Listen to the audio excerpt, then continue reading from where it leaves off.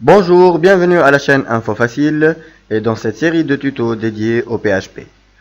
Dans cette vidéo, nous allons expliquer comment télécharger et installer EasyPHP 1.8.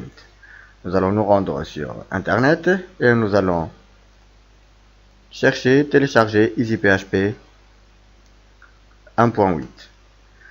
Donc dans la liste des liens, nous allons choisir le premier lien qui est phpsource.org et dans ce lien, nous allons trouver le lien pour télécharger EasyPHP 1.8.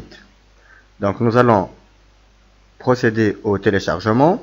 Donc vous avez ici Downloader version 1.8 de EasyPHP.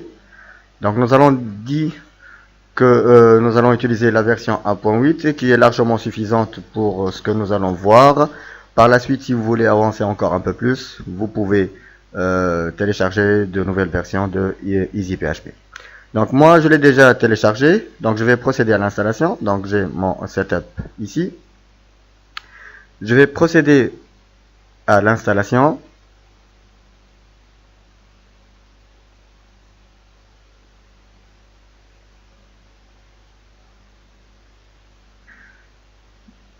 Donc suivant, je comprends le contrat, suivant.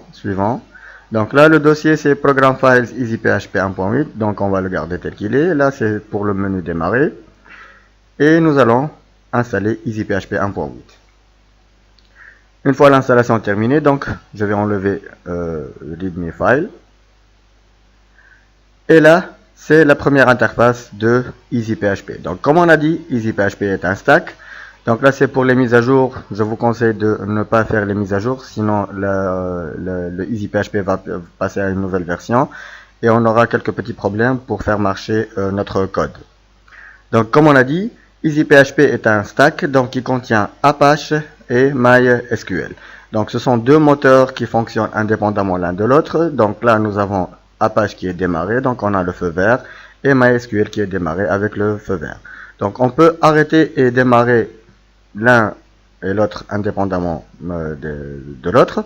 Donc là on a MySQL arrêté. Donc à chaque fois que vous démarrez EasyPHP, il faut vérifier que les deux voyants sont verts. Donc ici nous avons parfois quelques petits problèmes, surtout avec MySQL qui communique sur le même port que les logiciels de messagerie instantanée tels que Skype, Messenger et les autres. Donc si vous avez un problème avec MySQL, vous pouvez chercher sur internet quels sont les logiciels que vous disposez. Donc je vous conseille de fermer tout ce qui est les logiciels de messagerie instantanée comme le Skype, Messenger et tout ça lorsque vous utilisez MySQL.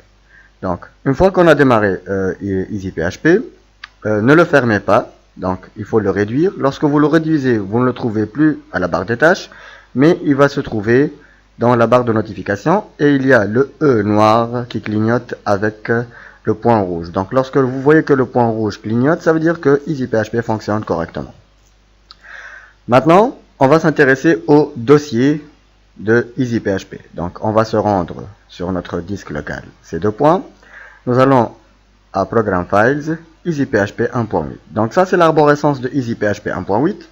Elle est la même pour à peu près toutes les autres versions, à part quelques petites modifications pour les nouvelles versions avec le EasyPHP Dev, donc qui n'a pas à peu près la même architecture. Mais on va toujours rechercher le dossier 3W. Donc le dossier 3W, c'est la racine de notre site web. Donc lorsqu'on entre sur le dossier 3W, on va trouver un fichier qui s'appelle index.php. Maintenant, comment accéder à l'interface de PHP. Donc je vais me rendre à mon navigateur et il y a plusieurs façons de le faire. Donc la plus simple, c'est le fait de taper 127.0.0.1 et j'ai interrogé mon serveur. Donc on a dit que EasyPHP va jouer le rôle d'un serveur et d'un client en même temps. Donc notre machine, ça c'est maintenant le client. Lorsque j'ai interrogé le 127.0.0.1, c'est comme si j'avais interrogé un site web distant. Donc je me retrouve sur l'interface de EasyPHP. Là on est sur le web local. Et on a notre www et on n'a aucun répertoire. Donc là, ça fonctionne correctement. S'il y a un problème,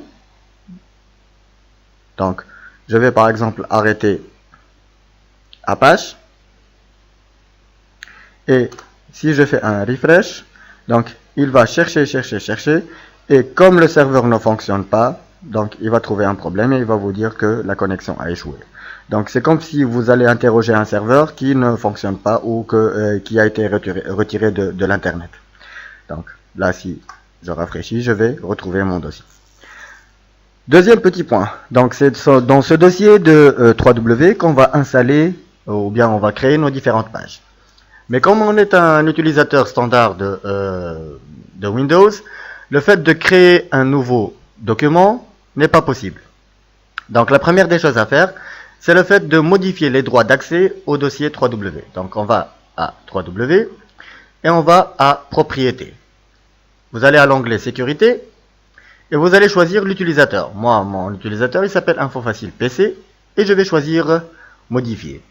Donc dans Modifier, vous choisissez l'utilisateur et vous allez lui donner un contrôle total.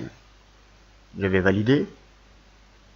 Et là, lorsque je reviens, je trouve que je suis capable de créer mes différents dossiers et fichiers. Donc nous allons commencer par créer un nouveau dossier qu'on va appeler Info Facile. Si je reviens à ma page web et je fais un actualiser, je vais trouver le dossier que j'ai créé. Donc là, c'est comme si on avait un sous-domaine sous l'adresse du site. Donc si je clique sur Info Facile, je vais trouver mon arborescence des différents fichiers que je vais créer. Donc ça, c'est la première méthode. Vous pouvez aussi accéder en cliquant sur le bouton droit sur le E de EasyPHP et on va cliquer sur Web Local. Et on va directement aller à la page 127.0.0.1 et on va trouver notre arborescence. Donc vous pouvez soit cliquer sur le bouton droit Web Local, soit vous ouvrez directement votre navigateur et vous allez taper 127.0.0.1. Ensuite, si vous allez gérer ou vous avez plusieurs dossiers, vous pouvez soit y accéder directement ici ou bien en mettant Info Facile et on va tomber directement sur le dossier. Donc ça, c'est pour l'installation de EasyPHP. Je crois que ce n'est pas très compliqué. Donc il faut toujours vérifier que les deux moteurs Apache et MySQL fonctionnent correctement. Et par la suite, nous allons commencer par créer nos premières pages et à utiliser EasyPHP.